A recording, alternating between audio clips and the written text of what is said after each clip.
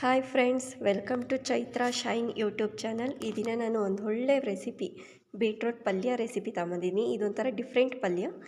ಇದಕ್ಕೆ ನಾನು ಒಗ್ಗರಣೆಗೆ ಸಾಸಿವೆ ಹಾಕ್ಕೊಂಡು ಸಾಸಿವೆ ಸಿಡಿದ ನಂತರ ಈರುಳ್ಳಿ ಹಾಕಿ ಕರಿಬೇವು ಸೊಪ್ಪು ಹಾಕಿ ಚೆನ್ನಾಗಿ ಫ್ರೈ ಮಾಡ್ಕೊತಿದ್ದೀನಿ.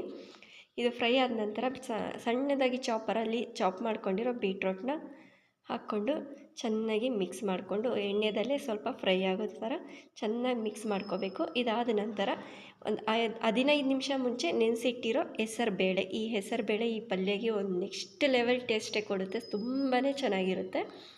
ಈ ಹೆಸರುಬೇಳೆ ಹಾಕ್ಕೊಂಡು ಚೆನ್ನಾಗಿ ಮಿಕ್ಸ್ ಮಾಡ್ಕೊಳ್ತಾ ಇದ್ದೀನಿ.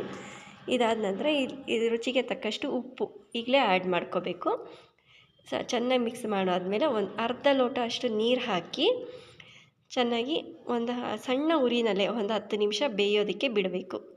ಇದು ಬೇಯ್ತಿದ್ದಾಗೆ ಈ ಕಡೆ ಮಿಕ್ಸಿ ಜಾರಲ್ಲಿ ಹುರಿದಿರೋ ಕಡಲೆ ಬೀಜ, ಅದಾದಮೇಲೆ ಸ್ವಲ್ಪ ಕಡಲೆಪಪ್ಪು, ಇದಾದಮೇಲೆ ಸಿಪ್ಪೆ ಸುಲಿದೇ ಇರೋ ಬೆಳ್ಳುಳ್ಳಿ, ಇದಕ್ಕೆ ನಮಗೆ ಖಾರಕ್ಕೆ ಬೇಕಾದಷ್ಟು ಮೆಣಸಿನ್ಕಾಯಿ, ಒಂದು ಸ್ವಲ್ಪ ಕರಿಬೇವು ಸೊಪ್ಪು. ಈ ಕರಿಬೇವು ಸೊಪ್ಪು ತುಂಬಾ ಟೇಸ್ಟಿಯಾಗಿರುತ್ತೆ. ಇದಕ್ಕೆ ಹಾಕ್ಕೊಂಡು ಇಲ್ಲಿ ಬೀಟ್ರೋಟ್ ಬೆಂದಿದೆ, ಇದಕ್ಕೆ ಸ್ವಲ್ಪ ಕೊತ್ತಂಬರಿ ಸೊಪ್ಪು ಹಾಕಿ ಒಂದು ಸ್ವಲ್ಪ ಚೆನ್ನಾಗಿ ಮಿಕ್ಸ್ ಮಾಡಬೇಕು. ಈ ಕೊತ್ತಂಬರಿ ಸೊಪ್ಪು ಘಮ ಎಲ್ಲ ಬಿಟ್ಕೋಬೇಕು, ಆಗಲೇ ಸ್ವಲ್ಪ ಟೇಸ್ಟ್ ಚೆನ್ನಾಗಿರುತ್ತೆ. ಒಂದು 10 ನಿಮಿಷ ಬೇಯಕ್ಕೆ ಬಿಟ್ಟು ಈ ಕೊತ್ತಂಬರಿ ಸೊಪ್ಪೆಲ್ಲ ಚೆನ್ನಾಗಿ ಬೆಂದಿದೆ. ಈಗ ತುಂಬಾ ಚೆನ್ನಾಗಿರುತ್ತೆ.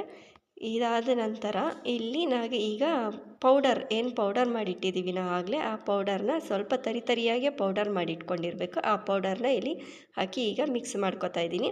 ಈ ಪೌಡರ್ ಹಾಕೋಕ್ಕೆ ಮುಂಚೆ ನೆನಪಿರಲಿ, ಗ್ಯಾಸ್ ಆಫ್ ಮಾಡಿರಬೇಕು. ಗ್ಯಾಸ್ ಆಫ್ ಮಾಡಿ 1-2 ನಿಮಿಷ ಹಾಗೆ ಲಿಡ್ ಕ್ಲೋಸ್ ಮಾಡಿ ಈ ಬಿಸಿದಲ್ಲೇ ಅದು ಬೇಯಕ್ಕೆ ಬಿಟ್ಬಿಡಬೇಕು. 1-2 ನಿಮಿಷ ಬೆಂದಾದಮೇಲೆ ರುಚಿಯಾದ ಬೀಟ್ರೋಟ್ ಪಲ್ಯ ರೆಡಿ. ಯಾರಿಗೆಲ್ಲ ನನ್ನ ಈ ರೆಸಿಪಿ ಇಷ್ಟ ಆಯಿತು, ನನ್ನ ಚಾನಲ್ನ ಲೈಕ್ ಮಾಡಿ, ಶೇರ್ ಮಾಡಿ, ಕಾಮೆಂಟ್ ಮಾಡಿ. ಪ್ಲೀಸ್ ನನ್ನ ಚಾನಲ್ನ ಸಬ್ಸ್ಕ್ರೈಬ್ ಮಾಡ್ಕೊಳ್ಳಿ. Thank you.